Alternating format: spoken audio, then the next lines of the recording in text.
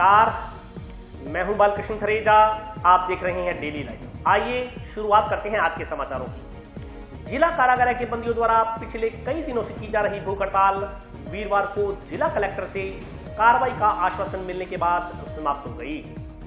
Jail में कैदियों की भूख हड़ताल गुरुवार को जिला कलेक्टर जाकिर हुसैन के प्रयासों से समाप्त हो गई। जिला कलेक्टर की ओर से निष्पक्ष जांच का आश्वासन दिए जाने पर अनशन कर रहे जिला जेल के करीब 40 बंदी गुरुवार को 5वें दिन अनशन तोड़ने के लिए सहमत हो गए। इसके बाद डॉक्टर्स की टीम ने सभी को जूस पिलाकर उनका अनशन तोड़वाया। जिला कलेक्टर के निर्देशों पर गुरुवार को पीएमओ डॉक्टर MP शर्मा ने जिला कारागार में गुरुवार को मेडिकल टीम को भेजा। मनोचिकित्सक डॉक्टर OP सोलंकी और medical jurist doctor Vineet Gautam के नेतृत्व में मेडिकल टीम ने बंदियों का स्वास्थ्य जांचा। इससे पहले जिला कलेक्टर जाकिर हुसैन के निर्देश पर प्रशासनिक टीम ने भूख हड़ताल कर रहे बंदियों से समझाइश के लिए बुधवार रात को जेल का दौरा किया था। टीम में राजस्व अपील अधिकारी आसाराम डूडी, SDM कपिल यादव आदि शामिल थे। प्रशासनिक टीम ने बंदियों से समझाइश की। जेल उपाधीक्षक योगेंद्र सिंह ने भी 1 घंटे बैरक में बंदियों से समझाइश की। उल्लेखनीय है कि जिला कारागृह में 9 मई की रात्रि को आपस में लड़ाई झगड़ा कर रहे बंदियों को नियंत्रित करने के लिए जेल प्रशासन की ओर से किए गए बल प्रयोग के विरोध में जेल के अधिकांश बंदियों ने 10 मई को भूख हड़ताल शुरू कर दी थी। भूख हड़ताल कर रहे बंदी बल प्रयोग करने वाले जेल स्टाफ के खिलाफ कार्रवाई की मांग कर रहे थे। आखिरकार जिला कलेक्टर की ओर से निष्पक्ष जांच का आश्वासन दिए जाने पर गुरुवार को करीब 40 बंदियों ने भी अनशन समाप्त कर दिया। यहाँ की जो उप जेल है उसमें खबर आई थी कि कैदियों में आपस में मार पिटाई हुई है। फिर कैदियों ने यह भी आरोप लगाया कि वहाँ के स्टाफ के लोगों ने उनके साथ मारपीट की और हत्याएं की। उन सब का पहले मेडिकल कराया गया था। उसके बाद मैंने मेरी ओर से हमारे जो एडिशनल कलेक्टर हैं उनको जांच दी और उनकी जांच अभी चल रही है। और मैंने इनको कहा कि एकदम निष्पक्ष जांच करके आप सौंपेंगे कि राज्य सरकार को रिपोर्ट भेजेंगे। इसके साथ ही काफ़ी लोग तो पहले मान गए थे, करीब 35-36 लोग भूख हड़ताल पर बैठे थे। कल शाम को मैंने हमारे RAA साहब आसाराम जी डूडी उनको मेरी ओर से भेजा, क्योंकि हम लोग सारे दिन सरकार की VC में व्यस्त थे। तो उन्होंने ये मांग रखी थी कि हमारा मेडिकल करा दिया जाए, उसके बाद हम खाना खाने की। तो आज सुबह PMO साहब से कह के मैंने बोर्ड का गठन करा के उनका मेडिकल कराया। उसके बाद वो लोग अनशन तोड़ने को राजी हुए और वहाँ जिस तरह की अनियमितताएँ पाई गई हैं उसकी एक निष्पक्ष जाँच करके राज्य सरकार को रिपोर्ट हमारी तरफ से भिजवाई गई। धान मंडियों में प्रवासी मजदूरों से काम करवाए जाने के विरोध में गुरुवार को जंक्शन स्थित कृषि उपज मंडी समिति कार्यालय के समक्ष धान का तोला मजदूर भूख हड़ताल पर बैठ गए। बाहर से मजदूर लगाकर कार्य कराने के विरोध में धान का तोला मजदूरों ने गुरुवार को पूर्व घोषणा अनुसार जंक्शन में कृषि उपज मंडी समिति कार्यालय के समक्ष भूख हड़ताल शुरू कर दी। धान का मजदूर यूनियन के बैनर तले श्रमिक आज हड़ताल पर बैठे। भूख हड़ताल पर बैठने वाले श्रमिकों को माल्यार्पण कर अनशन शुरू करवाया गया। धान का तोला मजदूर यूनियन के पदाधिकारियों ने बताया कि राजफेड की ओर से करीब 10 दिनों से सरसों की समर्थन मूल्य पर खरीद की जा रही है। ठेकेदार व राजफेड के अधिकारी बाहर से मजदूर लाकर काम करवा रहे हैं। 40-50 वर्ष पहले से मंडी में कार्य कर रहे धान का तोला मजदूरों से इस बार काम नहीं करवाया जा रहा। इस संदर्भ में कई बार राजफेड के अधिकारियों में ठेकेदारों को अवगत करवाया गया, पर कोई भी सुनवाई नहीं हुई। श्रमिकों के अनुसार उन्होंने मंडी समिति सचिव जी को विज्ञापन सौंपे, लेकिन कोई काम नहीं मिला। काम नहीं मिलने के विरोध में भूख हड़ताल शुरू करना मजबूरी हो गया है। मजदूरों ने चेतावनी दी कि यदि जल्द ही मंडी समिति प्रशासन ने उनकी समस्या का समाधान नहीं किया तो आंदोलन और तेज किया जाएगा। इस मौके पर बलकरण, सतीश बसोड़, सुभाष पूनिया, सुभाष सेतिया सहित अन्य लोग मौजूद थे। मांग है राजफेड की मजदूरी हमें मिलनी चाहिए। हमने ये भूख हड़ताल की है, जब तक हमारा मांग पूरी नहीं होती तब तक भी हमारी भूख हड़ताल जारी है। ये थी कि जो राजफेड की सरसों चल रही है आज 10-12 दिन से चल रही है, और जो राजफेड के अधिकारी है और वो ठेकेदार है वो बाहर से मजदूर ला के और काम करा रहे हैं। मैंने प्रशासन से पहले भी रिक्वेस्ट करी थी, जो बाहर से मजदूर आए हैं पहले तो उनकी कोरोना की जांच कराई। और ये देखो जो 40-50 वर्षों से आज इस जंक्शन धान मंडी में काम कर रहे हैं लोग, उनसे काम नहीं करवा रहे हैं और बाहर से मजदूर काम करवा रहे हैं। ये ठेकेदार मर्जी है, वहाँ पे बड़ी ठगी चल रही है, वहाँ पर जाकर क्या सिस्टम चल रहा है। हमारा इसका निवारण किया जाए, नहीं तो हमारे साथी है 10-12 वो भूख हड़ताल में बैठे हैं। ये कोरोना से क्या पता कम मरेंगे, ये भूख हड़ताल से मर जाएंगे। श्रमिकों से 8 घंटे की जगह 12 घंटे काम लेने के निर्णय का विरोध करते हुए सीटू कार्यकर्ताओं ने प्रदर्शन कर विरोध दर्ज करवाया। मजदूरों के अधिकार छीनना बंद करो, जरूरतमंदों को राशन दो, जरूरतमंदों को राशन दो।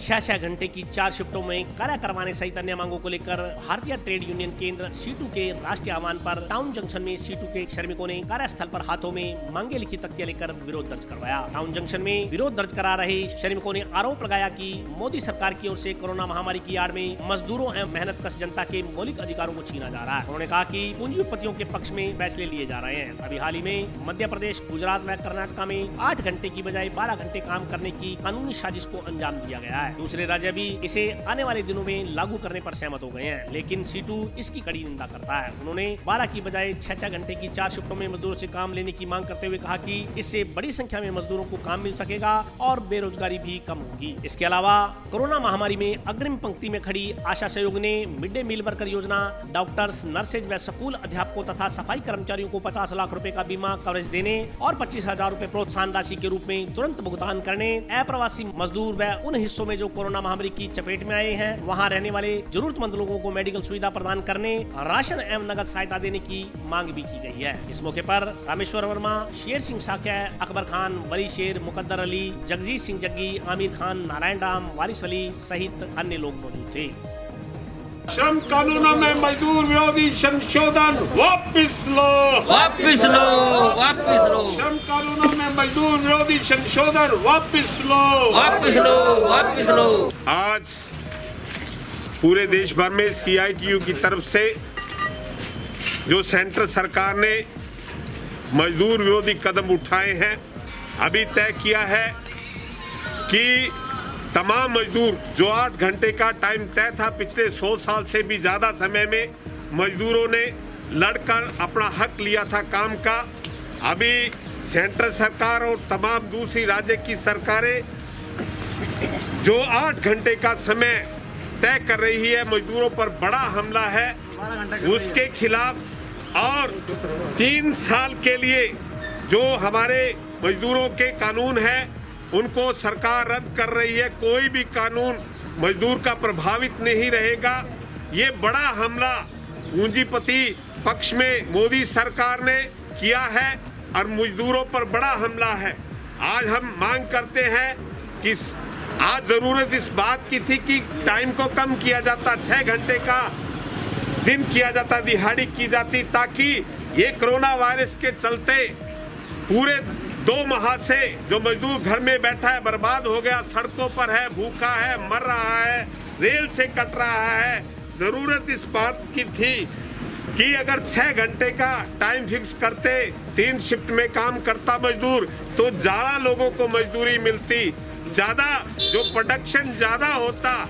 लेकिन सरकार इससे उल्टा कर रही है। सरकार ने 8 घंटों की को बंद करके 12 घंटे का टाइम कर दिया। हमारी डिमांड है CITU की तरफ से कि जो इनकम टैक्स के दायरे में जो जनता नहीं आती, 7500 रुपए हर उस खाते में डाले सरकार जो इनकम टैक्स के दायरे से बाहर है। भी जो पूरे हिंदुस्तान में कोरोना महामारी चल रही है, उसके देखते हुए, उसकी पालना करते हुए अभी जो मोदी सरकार नाटकबाजी कर रही है पूरे हिंदुस्तान के अंदर, उसके बारे में आज पूरे देश और प्रदेश में जो मजदूर किसान विरोधी कानून जो मोदी सरकार ला रही है, इसके लिए अभी जो मोदी सरकार ने इस लॉकडाउन की आड़ लेते हुए और मजदूरों के खिलाफ एक बहुत बड़ा फैसला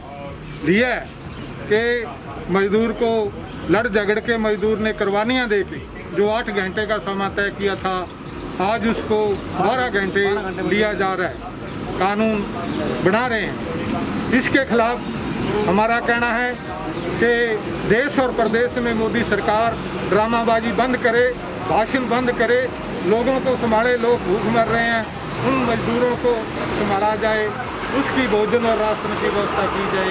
आज पूरे देश के अंदर centre of Indian trade union CITU ने कि जो कोरोना की लड़ाई विश्व महामारी है, जिसको फ्रंट लाइन में रहकर, अग्रिम पंक्ति में रहकर जो लोग लड़ रहे हैं, उनके अंदर स्वास्थ्य कर्मी हैं, राष्ट्रीय स्वास्थ्य मिशन के लोग हैं, उसके अंदर डॉक्टर्स हैं, पैरामेडिकल स्टाफ है, नर्सेज हैं, अस्पताल के तमाम कर्मचारी हैं, एम्बुलेंस चलाने वाले हैं, उसमें सफाई कर्मी जो है वो उसमें शामिल है। और सबसे ज़्यादा अगर कोई पीड़ित और दिन रात जो काम कर रहे हैं वो है आशा वर्कर, वो है आंगनवाड़ी वर्कर, जो दिन रात रह करके काम कर रहे हैं, जिनको न्यूनतम मजदूरी नहीं मिल रही। वो लोग आयकर नहीं देते, उन तमाम गरीबों के खाते में 7,500 रुपया प्रति माह की दर से दिया जाए। तमाम ज़रूरतमंद लोगों को जो है राशन और भोजन मुफ्त दिया जाए। 8 सूत्री मांग पत्र दिया है। ये मांग पत्र पूरे जो है देश के अंदर CITU जो है आज कोरोना के जो निर्देश हैं, लड़ाई के जो निर्देश हैं, जो सरकार के निर्देश हैं कि उसमें शारीरिक दूरी बना के रखें और अपने मुंह को ढक के रखें, इनका पालन करते हुए हम जो है ये बात कर रहे हैं। सोशल मीडिया पर इस्लाम के बारे में आपत्तिजनक टिप्पणी करने वाले व्यक्ति के खिलाफ कार्रवाई की मांग को लेकर गुरुवार को ब्लॉक देहात कांग्रेस कमेटी कार्यकर्ताओं ने जंक्शन थाना प्रभारी को ज्ञापन सौंपा। सोशल मीडिया पर मुस्लिम समाज के पैगंबर के बारे में गलत पोस्ट करने वाले एक व्यक्ति के खिलाफ कार्रवाई की मांग को लेकर गुरुवार को ब्लॉक देहात कांग्रेस कमेटी के कार्यकर्ताओं ने जंक्शन थाना प्रभारी को ज्ञापन सौंपा। कमेटी महासचिव इश्तियाक भाटी ने बताया कि अरावतसर के रहने वाले एक व्यक्ति ने फेसबुक पर पवन तिवारी ग्रुप से एक मैसेज शेयर किया है, जिसमें मुस्लिम समाज के पैगंबर के बारे में आपत्तिजनक पोस्ट की गई है। ज्ञापन के अनुसार इससे मुस्लिम समुदाय में रोष व्याप्त है। उन्होंने बताया कि उक्त व्यक्ति पेशे से सरकारी अध्यापक है, रमजान का पावन महीना चल रहा है और इस तरह की पोस्ट करके इस व्यक्ति ने मुस्लिम समाज की भावनाओं को आहत किया है। ब्लॉक देहात कांग्रेस कमेटी के कार्यकर्ताओं ने थाना प्रभारी को ज्ञापन सौंप अरावतसर के रहने वाले उक्त व्यक्ति के खिलाफ मुकदमा दर्ज कर कार्रवाई करने की मांग की है। उसे सस्पेंड किया जाए, उस पर सरकारी टीचर बताया जा रहा है। इसमें ज्यादा इसका कार्रवाई ना हुई तो मुस्लिम समाज में रोष रहेगा। और आज काफी लोगों के फोन आ रहे थे, हम भीड़ को रोका है। जो ये महामारी चल रही है इसके बारे में आया है और 5-10 आदमी आके ज्ञापन दिया है और हमें आशा है भी जल्द से जल्द कार्रवाई होगी इसके ऊपर। आपसे छोड़ना चाहते ने इतने भाईचारा इन्ना बनया है हद तो ज्यादा। ऐसा कहने जिन्हें भी एक गलत हरकत की उनके खिलाफ कार्रवाई करे, कानून और जो सजा मिले उन्हें दी जाए। अंग्रेजी शराब के ठेकेदारों ने आबकारी विभाग द्वारा गारंटी पूर्ति के लिए दबाव बनाने का विरोध करते हुए गुरुवार को जिला कलेक्टर को ज्ञापन सौंपा। आबकारी विभाग की ओर से गारंटी पूर्ति भरने के लिए दिए जा रहे दबाव के विरोध में क्षेत्र में अंग्रेजी शराब की दुकानों का संचालन कर रहे लाइसेंस धारकों ने विभिन्न समस्याओं के संबंध में गुरुवार को जिला कलेक्टर व आबकारी अधिकारी को ज्ञापन सौंपा। प्रतिनिधिमंडल में शामिल शराब ठेकेदारों ने बताया कि वैश्विक महामारी कोरोना के चलते अंग्रेजी शराब की दुकानें तय सीमा से लगभग 40 दिन बाद शुरू हुई हैं। ज्ञापन के अनुसार लॉकडाउन के कारण सरकार के निर्देशानुसार आबकारी विभाग की ओर से शराब की दुकानों को तय सीमा से 2 घंटे पहले बंद करवाया जा रहा है। ज्ञापन के अनुसार दूसरी तरफ नई आबकारी नीति के अनुसार अंग्रेजी शराब दुकानों के संचालकों को 20% मुनाफा आना बताया जा रहा है, जो बिल्कुल गलत है। वास्तव में अंग्रेजी शराब पर मात्र 15% व बियर पर 14% मुनाफा आ रहा है। उन्होंने बताया कि लॉकडाउन के कारण शराब की बिक्री मात्र 30% है और डिमांड के अनुसार माल की पूर्ति न होने के कारण ठेकेदारों के समक्ष अपनी दुकानों को संचालन करने में परेशानी हो रही है। दूसरी तरफ आबकारी विभाग की ओर से गारंटी पूर्ति करने का दबाव बनाया जा रहा है, जिससे वर्तमान में दुकानदार भरने में असमर्थ हैं। उन्होंने इस समस्या का समाधान करवाने की मांग की है। ज्ञापन की प्रति आबकारी आयुक्त बीकानेर को भी प्रेषित गई है। इस दौरान राजेश कुमार, प्रवीण कुमार, हरदत्त, नितेश बेनीवाल, कैलाश, इंद्र, अनिल आदि मौजूद थे। हम शराब ठेकेदार हनुमानगढ़ जंक्शन राधा सिंह में आज कलेक्टर साहब को हम सभी ठेकेदार मिले थे और कलेक्टर महोदय से हमने निवेदन किया था कि जो 2 घंटे का समय कम कर दिया गया है कोरोना महामारी की वजह से, उससे हमारी शराब की बिक्री पूर्ति नहीं हो पा रही है और एक्साइज विभाग का हमारे ऊपर दबाव है कि आप इस बिक्री को पूर्ति कीजिए, इसको उठाओ, नहीं तो उसकी जो नुकसान है वो हमें देना होगा एक्साइज विभाग को। इसलिए हमने कलेक्टर साहब से निवेदन किया था कि या तो इस समय को बढ़ाया जाए या हमारी गारंटी कम की जाए और हमें माल की भी अच्छी तरह से पूर्ति नहीं हो पा रही है। एक्साइज के दबाव के कारण हम कलेक्टर महोदय के पास आए थे कि हमारा जो ये मैसेज है वो राज्य सरकार और हमारे कमिश्नर साहब को पहुँचाया जाए और इसीलिए हमारे नुकसान का जो है भरपाई की जाए। और अभी वक्त ब्रेक का, हाजिर होता हूं छोटे से।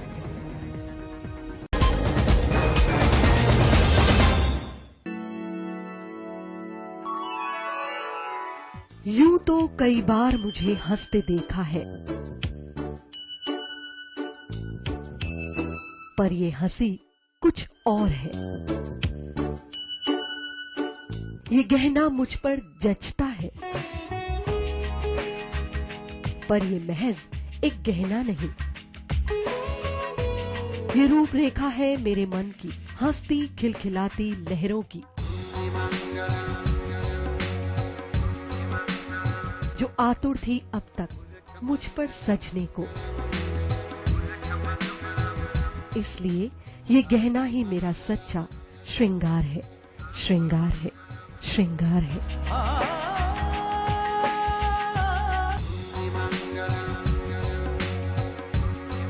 कोरोना महामारी के बचाव के लिए माननीय मुख्यमंत्री के निर्देश पर स्वायत्त शासन विभाग ने संक्रमण फैलने से पहले ही लगातार प्रभावी कदम उठाए हैं।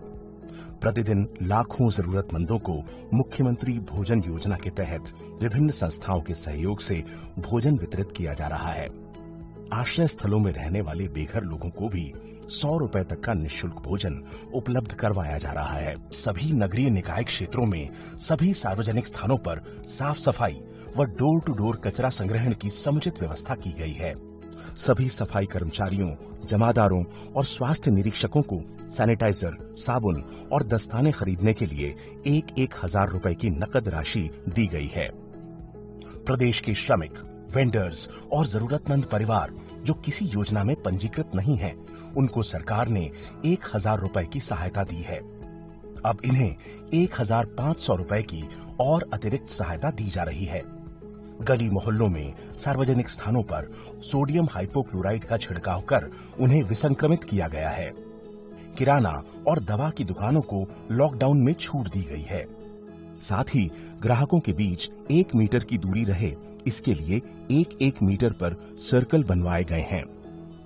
सभी निकायों में आवारा पशुओं के लिए चारे व भोजन की व्यवस्था की गई है। मुझे पूरा संतोष है कि स्वायत्त शासन विभाग का हर व्यक्ति, हर कर्मचारी, हर अधिकारी पूरी जी-जान से इस कोरोना वायरस के विरुद्ध जंग में उतरा हुआ है और वो निश्चित तौर पर जो है इसके अच्छे परिणाम देखने को आगे जाकर मिलेंगे। इन व्यवस्थाओं में आप भी सहयोग दें। बहुत जरूरी हो तभी घर से बाहर निकलें। बाहर जाएं तो मास्क जरूर पहनें।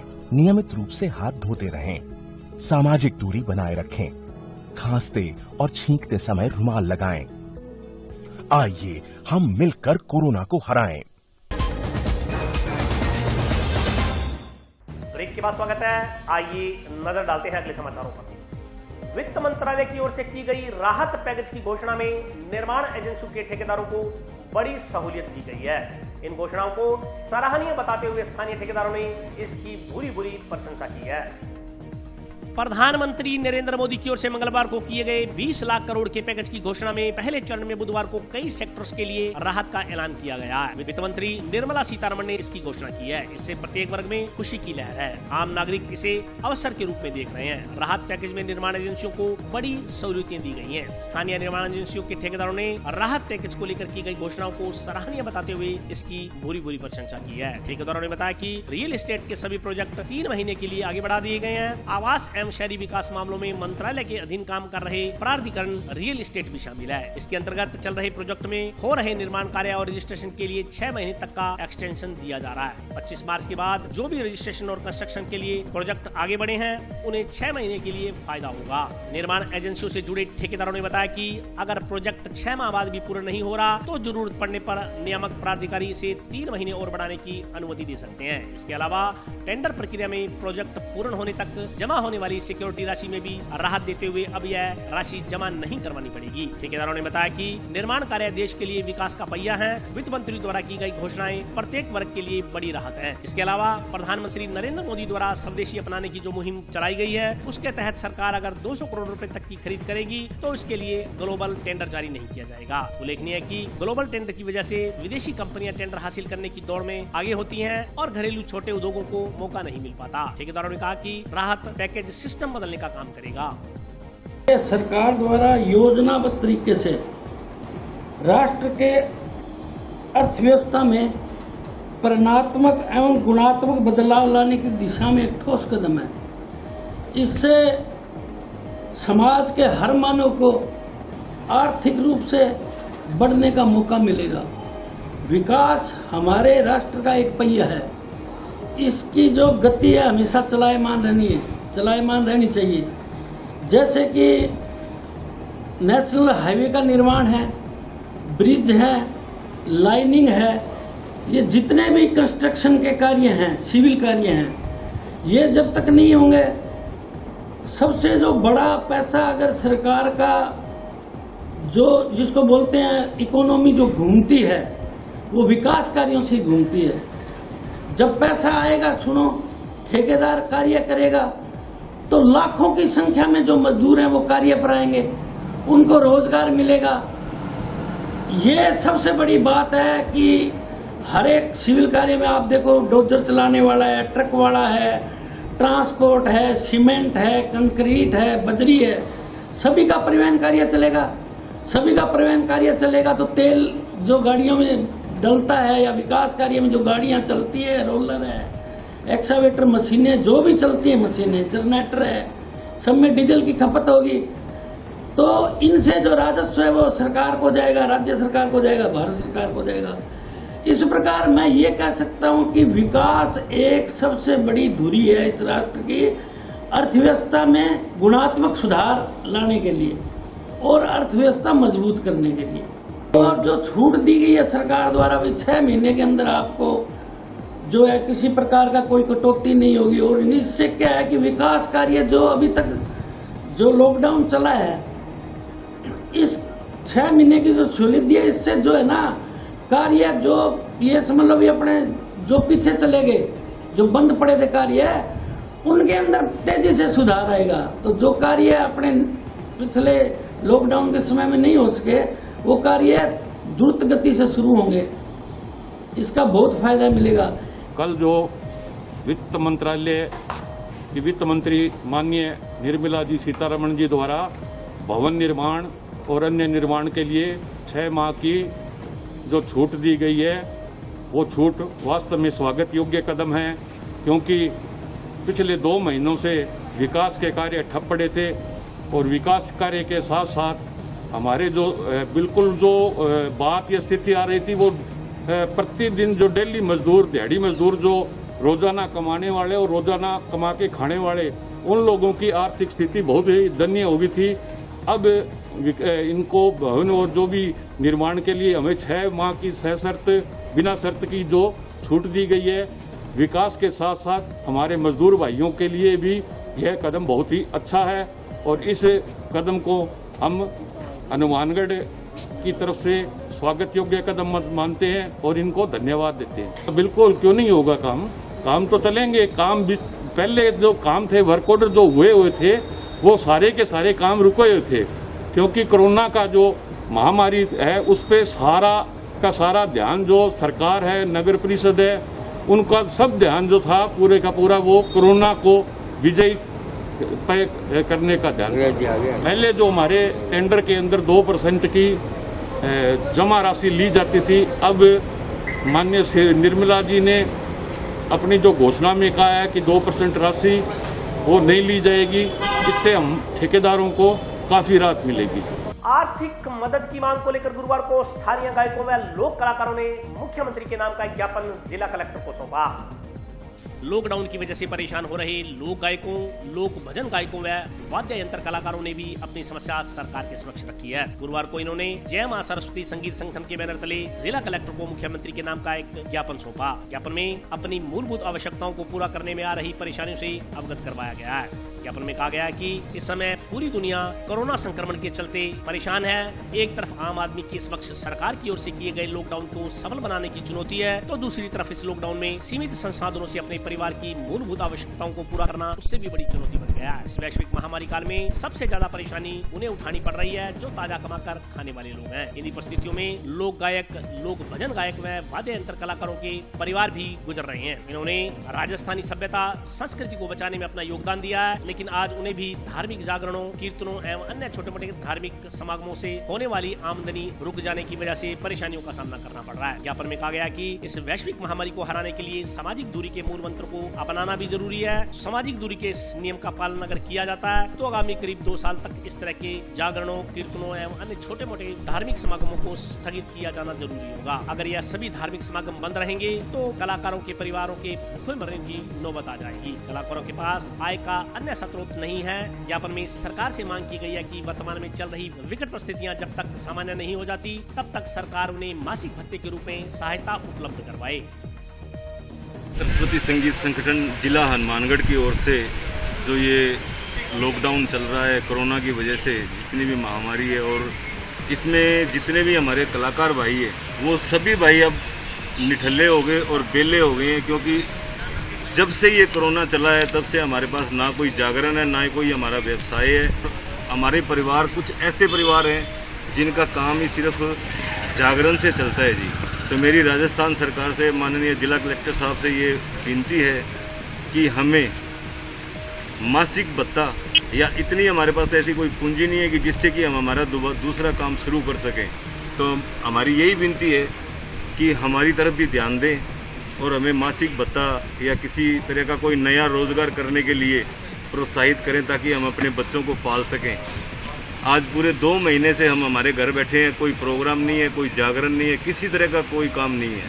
तो हमारी राजस्थान सरकार से यही विनती है कि हम कलाकारों की तरफ भी ध्यान दें। शुक्रवार से बाजार में भोजनालयों में मिठाई की दुकानों पर टेक अवे होम डिलीवरी की सुविधाएं शुरू कर दी जाएंगी। राज्य सरकार द्वारा छूट प्रदान किए जाने के बाद गुरुवार को बाजार में भोजनालय में मिठाई की दुकानें खुली नजर आईं।